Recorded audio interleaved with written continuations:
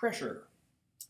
The basic definition of pressure is just the amount of force applied to some area. And our normal unit of force is, of course, newtons. Our normal unit of area is just meters squared. So the normal unit for pressure would be newtons per square meter, but we have another name that we use for this called pascals, which just 1 pascal means the same thing as 1 Newton per square meter. We're talking about fluids, so let's think for just a minute about how fluid pressure happens. In a fluid, whether liquid or gas, as opposed to a solid, the molecules can move around.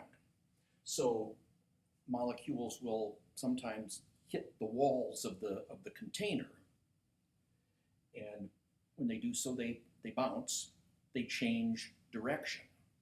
So speed might change, but certainly speed might or might not change, but certainly the direction of the velocity changes. And so anytime there's a change in velocity, that can happen only because there's a force. And the velocity changed from this way to this way because there was a force pushing the molecules that way. Right? The force this way first acts on the molecule that's moving this way in order to slow it down and make it stop. And then that force in this direction keeps on pushing that molecule in order to give it some velocity in the opposite direction. So the molecules bounce because there's a force in this direction from the wall on the molecule. Newton's third law tells us that this force, like any other force, must have a third law partner. If there is a force like this, there must also be a force from the molecule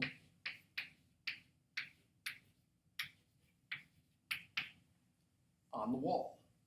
And being the third law partner force, it has to be in the opposite direction from this. So it's a force like that. Anytime a molecule of the liquid or gas hits the wall of the container, there's a little push, a little outward push, and that's where pressure comes from. The amount of pressure that you'll actually get depends on how fast those molecules are moving, and it depends on how frequently they hit the walls.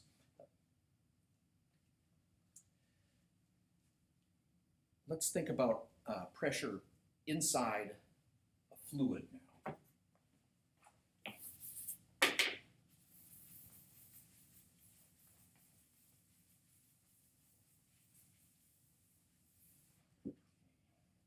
So imagine there's some container of fluid here.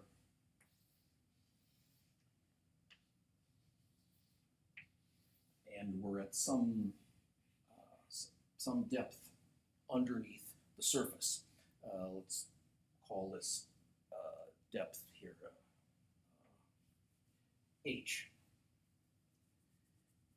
So imagine just a little tiny little volume of fluid there. There's some pressure from all of the water above. The column of water above that has some weight, and because of that weight, it's going to push down, press down on this little area, the top side of this little volume. So the pressure from the fluid comes from the weight of the fluid in the column directly above. So weight of the fluid divided by the area, that area. Okay, well, what is the weight of the fluid? Just the mass of the fluid in this column times G.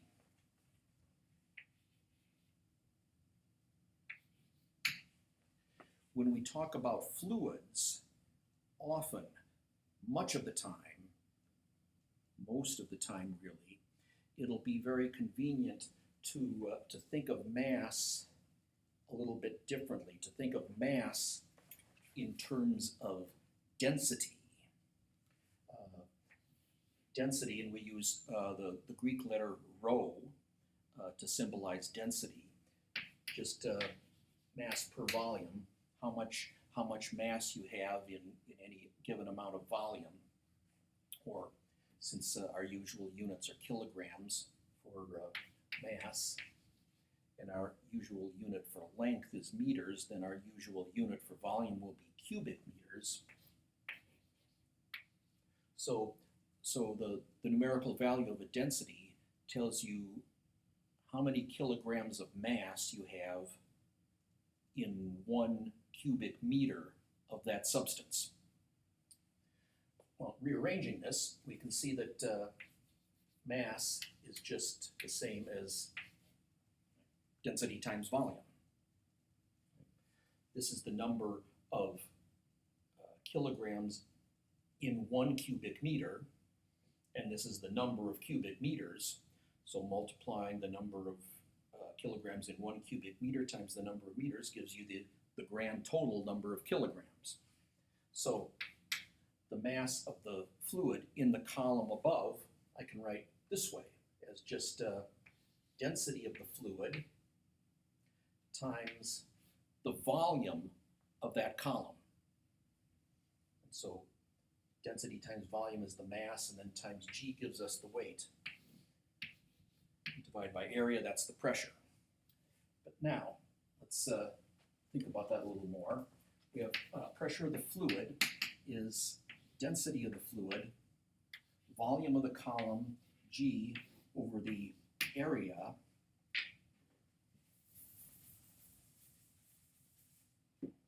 but what's the volume of that column?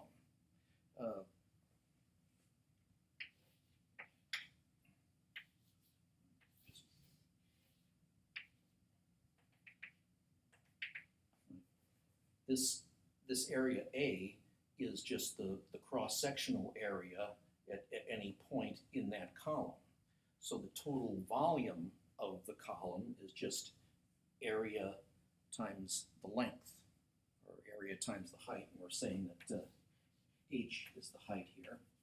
So volume is just area times H, and then the G, all divided by area. There's a factor of area in both numerator and denominator. They cancel out. So now what we see is the pressure at this depth due to the fluid above, due to the weight of the fluid above, depends only on 3 things. Right? The density of the fluid, G, the acceleration due to gravity, and H, how deep you are in the fluid. The important thing here is that this equation tells you not only what pressure depends on, it also tells you what pressure doesn't depend on. The only factor related to size here is just this H factor, how deep you are. In other words, the total volume of fluid in here does not matter. The only location or size factor that matters is depth, only depth. And since only depth matters, then where you are at any one of these points all at the same depth, at any one of these points all at the same depth, they'll all have the same pressure.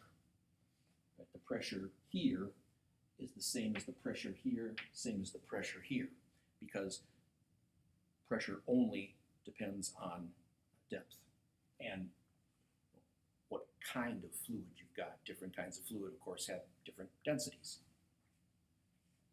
So let's take an example of that fact. Let's say we've got a big swimming pool here, and it's say it's 10 meters deep. So there's a certain amount of pressure here down at the bottom due to all the water above. The pressure there, due to the water above, is just the density of the water times G times 10 meters. Then imagine just a tiny little tube. A tiny little tube with, say, a diameter of 1 centimeter, but the tube is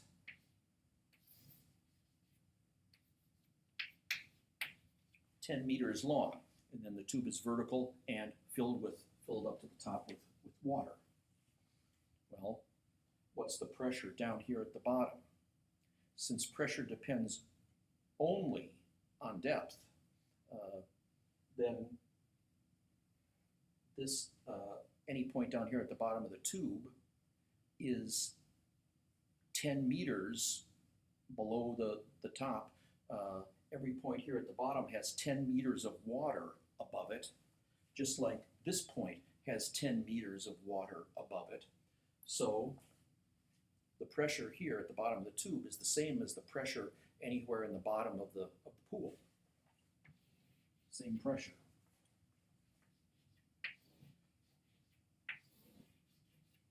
Same pressure at any point that's at the same depth.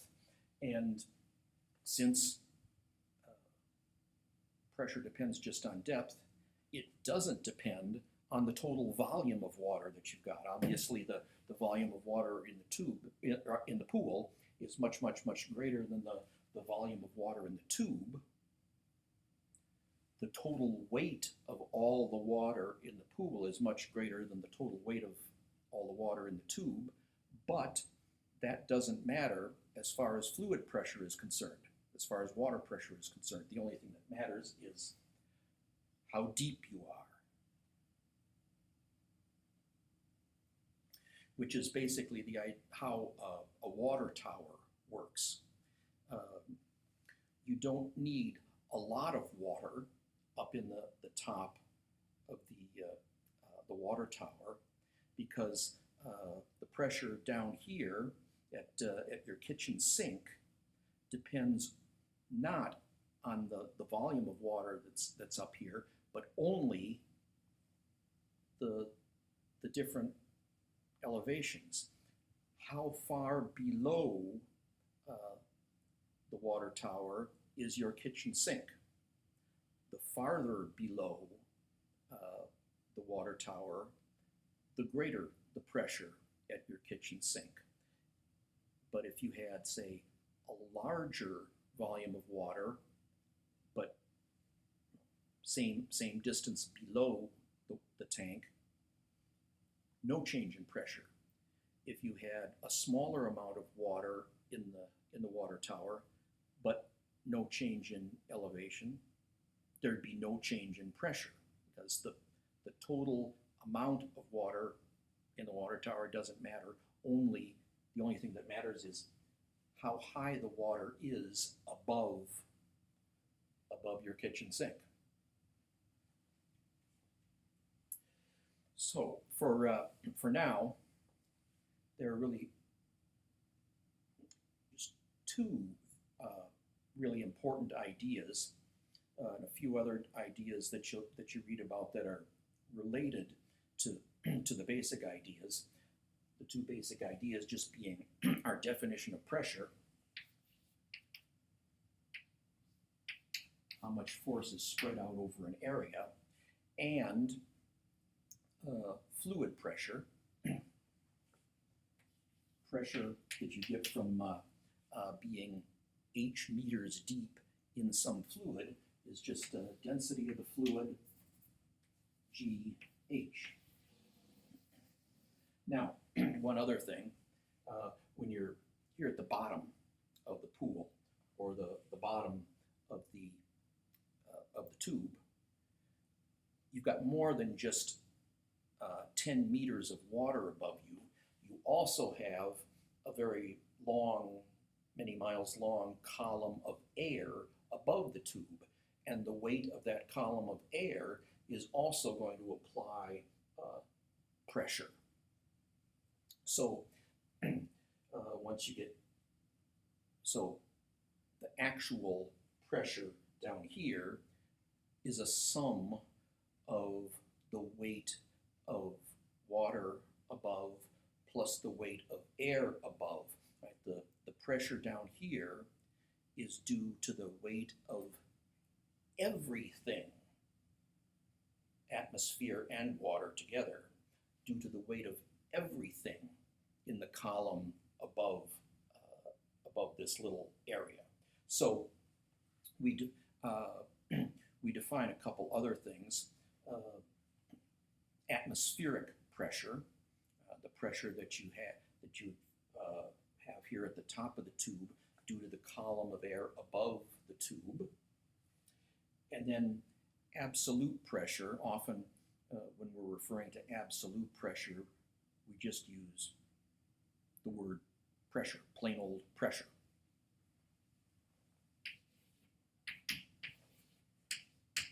So if you see me writing just plain P, that means absolute pressure, or total pressure, which is the pressure due to everything above any particular area.